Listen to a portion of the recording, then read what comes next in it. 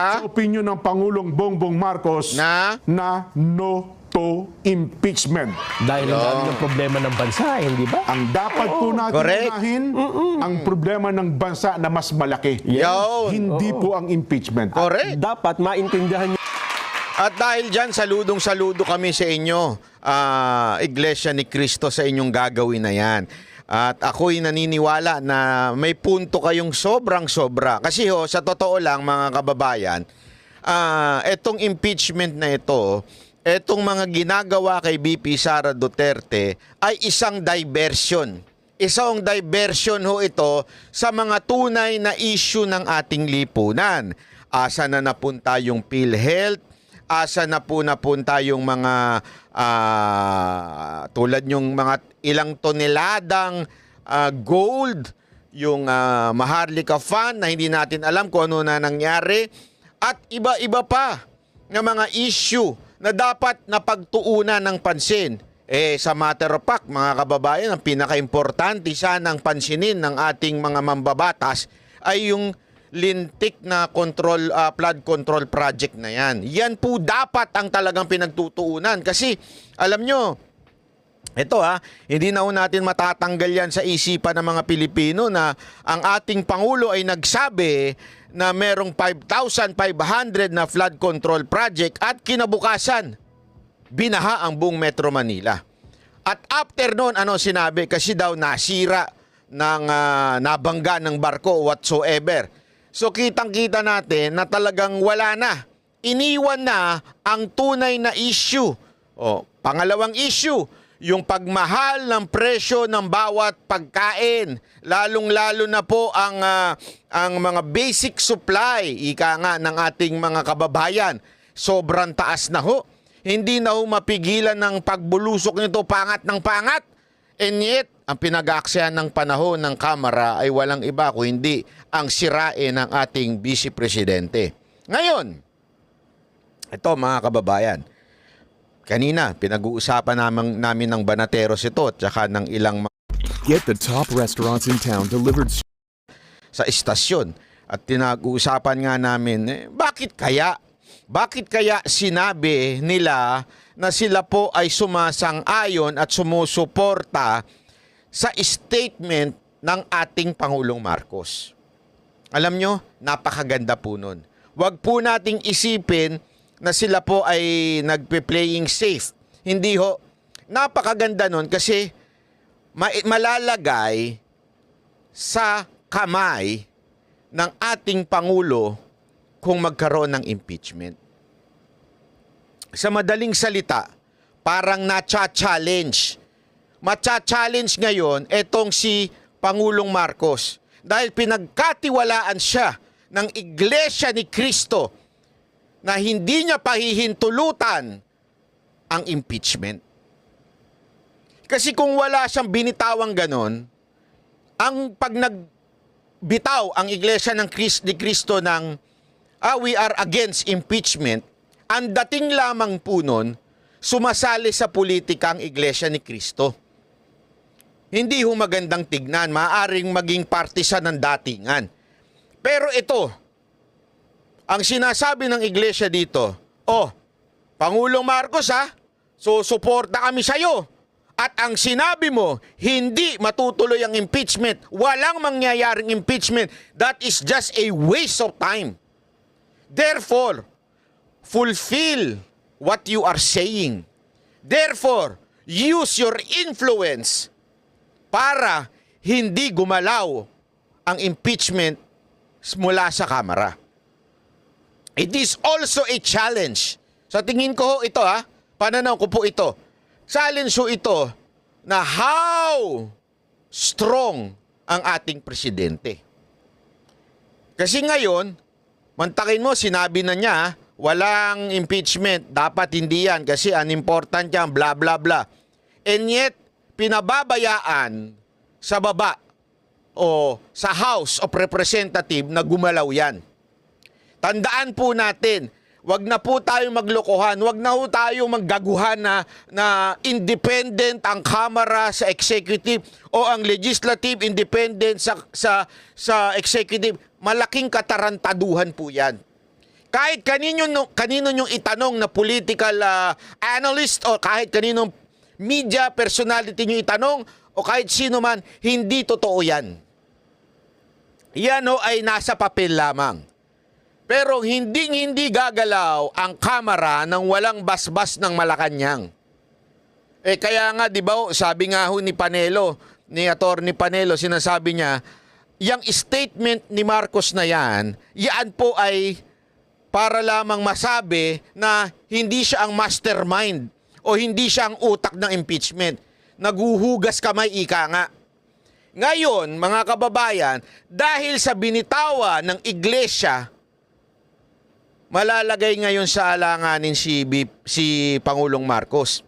Kailangan niyang panindigan yung sinabi niya. Kasi alam naman po natin ilang instances na nagsasalita siya at iba ang nangyayari sa ground. Kasi nga, may mga hindi sumusunod sa kanya si Pangulong Marcos. Kailangan niyang panindigan yung sinabi niya. Kasi alam naman po natin ilang instances na nagsasalita siya at iba ang nangyayari sa ground. Kasi nga, may mga hindi sumusunod sa kanya. Lalong-lalo na dyan sa kamera. Kasi yan din ang sinabi niya sa ICC. And yet, bakit dire-diretso ICC? This time, he has to stand up sa kanyang sinabi. Or else, eto yun kaya nga ang ganda ng bitaw ng INC.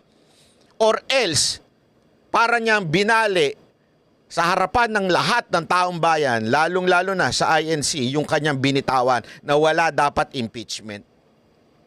Na hindi dapat magtagumpay o mag-push through ang impeachment.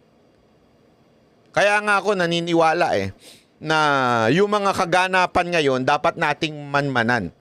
Kasi ngayon, nagkaroon daw ng matinding pagpupulong sa Malacanang ang Kamara at si Marcos. Bigla-biglaan ito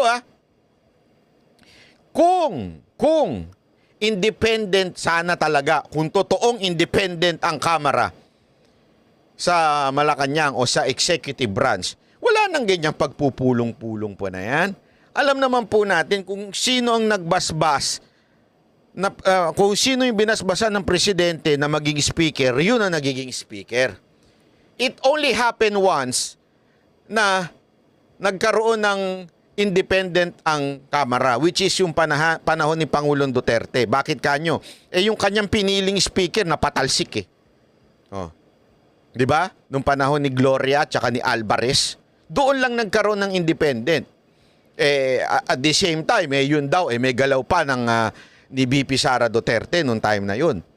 So, ibig sabihin, kahit pagbalik-baliktarin mo istorya, kahit paulit-ulitin pa nila sabihin na independent ang Kamara, malaking katarantaduhan yun.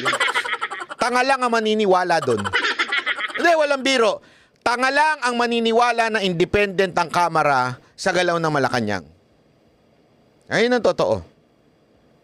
Kaya nga ngayon, dahil sa pronouncement ng Iglesia ni Cristo, malalagay ngayon si Pangulong Marcos sa estado na kung saan ikaw ba may hawak ng bansa natin o si Romualdez?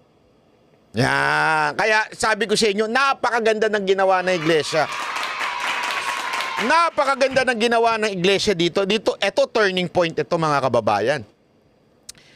Ito yung sinasabi nating talagang galaw na hunan Diyos itong nangyayari na ito. Ito kasi alam nyo kahit anong kahit anong alam mo yon, bomba ng rally sa EDSA, sa veterans, so whatsoever, hirap na hirap, aminin po natin. Hirap na hirap. Bakit to kanyo? Maraming factor. Hirap na hirap po mga Pilipino ngayon sa pagkain, sa pagtatrabaho, kaya hindi sila maka-attend doon. Marami din po sa mga kababayan natin, OFW. Kaya nga nagpapadala na lang po ng mga inumin at saka pagkain. Hirap na hirap po. May mga pumupunta, nagbi-build up ang crowd, pero aminin na po natin, nahihirapan. Bakit kanyo? Kasi nga, sabi nga ni BP Sara Duterte, ang hirap ng buhay ngayon. para mawala ka ng isang araw sa trabaho mo or to spend time doon, talagang napakahirap. Di ba ho? Yan ang katotohanan. Pero dahil sa banat ng Iglesia ni Cristo ngayon, tapos sana, eventually, magkaroon talaga ng isang united stand na pumoprotekta sa ating Vice Presidente, ito po ay magandang galaw. Kasi dito talaga natin malalaman kung, Mr. President, are you still in control of our country or si Romualdez na? Kasi nga, ngayon nga lang makikita ninyo, tila nag-loyalty check. Ipapakita ko sa inyo, ha? Ito, ayan, ayan. Ayan, di ba? Para kang, kasi itong mga nakaraang araw, alam naman po natin na si Pangulong Duterte nanawagan. Di ba? Nanawagan po siya. Nanawagan po siya na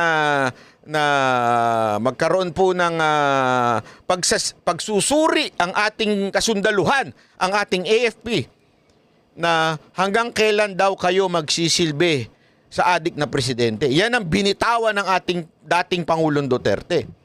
Kaya umugong kaliwat kanan ang kudita. Umugong kaliwat kanan ang pagkakausap di umano sa AFP. Tapos, bigla-bigla ang etong si Romualdez. Si Romualdez po, hindi si Pangulong Marcos. Bigla-biglaan itong si Romualdez nagpatawag ng meeting. At, alam mo ko ano? Dinagdagan ng 350 pesos ang allowance ng bawat sundalo kada araw. Alam mo mga kababayan, maganda yun.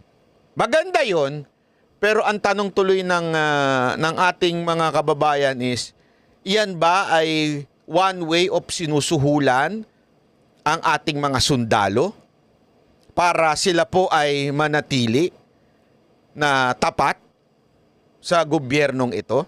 Yan ho ba'y hakbang ng panunuhol? Yan ho ang tinatanong ng taong bayan eh. Kasi, pambihira, 350 lang ang suhol. Hindi natin alam, di ba? Ako, kayo ho magsabi, yang bang 350 na yan, yan ba ay isang panunuhol? O wala lang? Bigla lang, out of nowhere lang. Out of nowhere lang, biglang nagtaas sila ng budget. Ano sa tingin ninyo? Komento kayo dyan. Panunuhol ba yan o yan ay normal lang na hakbang?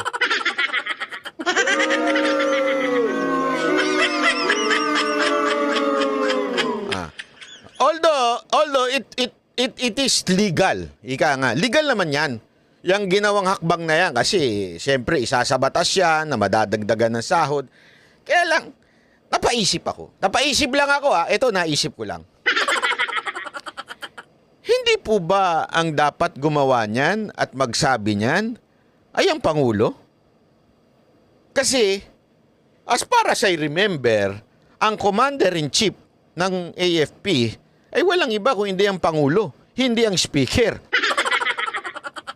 Although, again, dapat inaaproban ng Kamara yung mga budget, pero tandaan natin, ganito ang paraan ng pag-angat ng budget ng kahit sinong departamento. Magsisimula yan sa Department of Budget and Management. Kaya nga DBM yan eh. DBM magsisimula yung proposal. At sino mag-uutos doon sa DBM? Si Speaker ba? Ewan ko ngayon. Pero dapat nag-uutos doon ay ang Pangulo. DBM Secretary, gusto ko madagdagan ng budget ng mga AFP. Hanap ka kung saan mo mahahanap yan. Kaya nga sila budget management eh. Hahanapan nila ngayon. Ito. Sige, pag dinagdagan natin ng 350 yan, times ganito, times ganyan, magkakaroon ng ilang bilyon, hanapin natin kung saan natin makukuha yon. Yun ang trabaho ng Department of Budget and Management. Sino nagutos? Presidente. Ngayon, anong trabaho ng Kamara? Ipipresenta ngayon ng DBM yun. Yung budget ng AFP. at aaproban lamang ng pangkalahatan. Hindi lamang po Kamara, pati po Senado. Both houses, ika nga, i-aaproban nila yon. Ang magtataka ka, isa lang ito si Romualdez. Bakit siya ang tila nagbigay ng budget na yan sa AFP? Diba?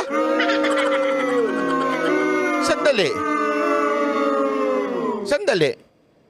Baka naman hindi tayo na-inform na may bago ng Commander-in-Chief.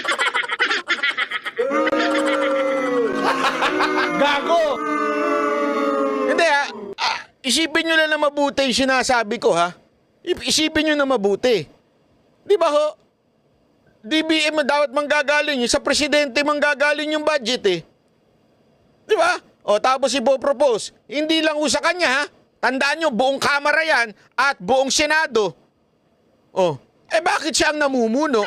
Siya nandyan. In other words, Pilipinas, hindi po niya trabaho yan. Trabaho po yan ng presidente ng Pilipinas. Unless nga, na hindi tayo na-inform na may bago ng presidente. Gago! Kaya tuloy, yung ilang mga kababayan natin ang naiisip, ito ba'y panunuhol? Or baka naman loyalty check. Check pala. Sorry. Iba pala yung loyalty check. Maging loyal ka pag may checking kapalit. Iba yon. Ito po, Gago! loyalty check. Okay? Baka naman loyalty check to.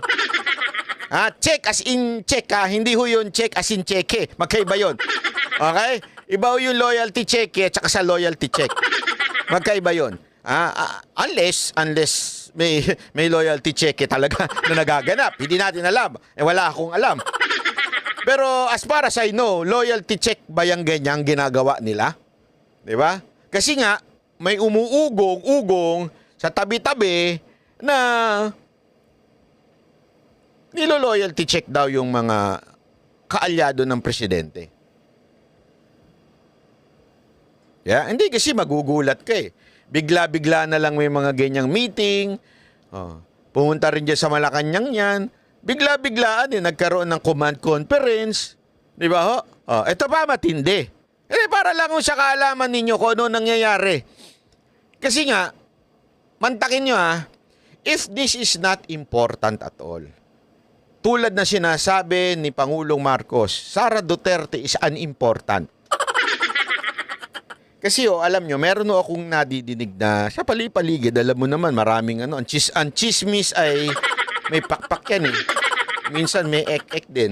Hindi, totoo ang chismis eh. May naririnig-rinig tayo na marami daw nagalit doon sa pinayagan ng Kamara na tila minamanipula ng mga komunistang grupo ang galaw ng Kamara. Ewan ko kung totoo ito. Nadinig ko, lalong-lalo na yung kaninang wala lang kasi akong picture. Sige, papakita ko yung picture. Kasi kanina merong nangyaring pagsampa ng itong mga makabayan black. Nagsampa ng impeachment dito proceedings itong case kay BP Sara Duterte. At grabe ho, pag tiningnan niyo yung itsura nila, sabi ko ay grabe naman. Pakita ko sa inyo At ang balita ko lang, maraming na-disappoint na mga kapulisan at sundalo dito sa picture na ito. Ito, pakita lang natin. Ayan. Mantakin mo, yung mga kaalyado nito, yung mga kasamahan nila, yan po ang nilalabanan ng AFP at ng mga pulis. And yet, they are all standing in front of the seal of the House of Representatives. Kaya nga ang tanong ng iba, bakit nakapasok na itong grupo na ito sa loob ng Kamara? Bakit tila sila ang nagdidesisyon at kumakamada sa galawan ng Kamara? Ang tanong nga dyan, mga kababayan, ito. Sa tingin ninyo, makakagalaw itong mga ito? Papayagan ito makapasok na ito sa higpit ng seguridad sa Congress? Lalong-lalo na yung kanilang matikas na Secretary General at saka yung kanilang Sergeant at Arms? Sa tingin ninyo, makakapasok ito mga ito nang walang basbas ng pinuno nila? Sino? Si Romualdez? Hindi ho. At dahil po dyan, may mga bali-balita tayo, maraming na-disappoint. Maraming nainis na mga sundalo, opisyal ng AFP. Eto, kwento lang naman sa akin to. Hindi ako sure kung totoo ito. Di umano, nagalit sila nung nakita nila itong picture na ito. Nagtaka sila, bakit? Bakit nangyayari ito sa Pilipinas? Yan kaya ang dahilan kung bakit tinipo ni Romualdez itong mga ano natin? Hindi ko po alam Hindi ko alam. Kasi, again, yan ay naririnig ko lamang na kwento. Kwento-kwento sa tabi-tabi, sa kanto, sa mga nagiinuman dyan kay Pedro at kay Juan. Nakita ko lang. Nag-usapan, pare. Yung mga apir ng apir, pare. Paglasing na, alam mo, pare, gano'n. Hindi ko alam kung gano'n ang nangyayari. Pero ito ang sigurado natin. Ang sigurado. Ano ho yung sigurado na yon? Eto, panoorin ninyo. Namataan ngayong gabi sa compound ng Malacanang ang ilang sasakyan ng mga kongresista at sitwasyon doon tinututukan live ni Ivan Mayrina. Ivan. Yes, Emil, dumating ang maraming kongresista dito sa Palasyo ng Malacanang ngayong gabi. Naku. Dakong alas 6 nga kanina nang may makita tayong mga bus, 4 na bus ito na may markang House of Representatives. At papasok sila dito sa Palasyo ng Malacanang. Bukod pa riyan, ang ilang mga pribadong sasakyan na may plakang 8 na para sa mga sasakyan ng mga kongresista. Grabe. Agad dating tinanong ang Presidential Communications Office o PCO kung anong meron para saan ang malaking pagtitipong ito. At lalo't nataon ito sa gitna ng mainit na usapin ng impeachment laban kay Vice President Sara Duterte. Ano daw Kaya yun? mabilis sa paglilinaw ng PCO, itong pagtitipong ito raw ay fellowship sa Wow. pagitan ng Office of the President at mga miyembro ng House of Representatives at ito raw ay matagal nang nakaschedule. Nauna nang sinabi ng Pangulo, hindi siya pabor sa impeachment dahil kakain Alam ko na yan Sabi ko na alam ko na yung magiging dahilan nila Matagal na yan. Yan. Alam na. Asus, pabirang buhay ito. Hindi naman tayo pinanganak kahapon Alam na natin yan ang magiging dahilan. Gago! Amang daw ito ng oras ng Kongreso at wala rin namang maidudulot na maganda sa buhay ng mga Pilipino. Emil, patuloy tayong kumakalap ng iba pang impormasyon at detalye tungkol Akala ko ba bawal na gumamit ng 8? Kanina nga, meron na namang bida-bida na kasabay ko dyan sa EDSA. May mga blinker pa. Ano, ikaw si Speaker?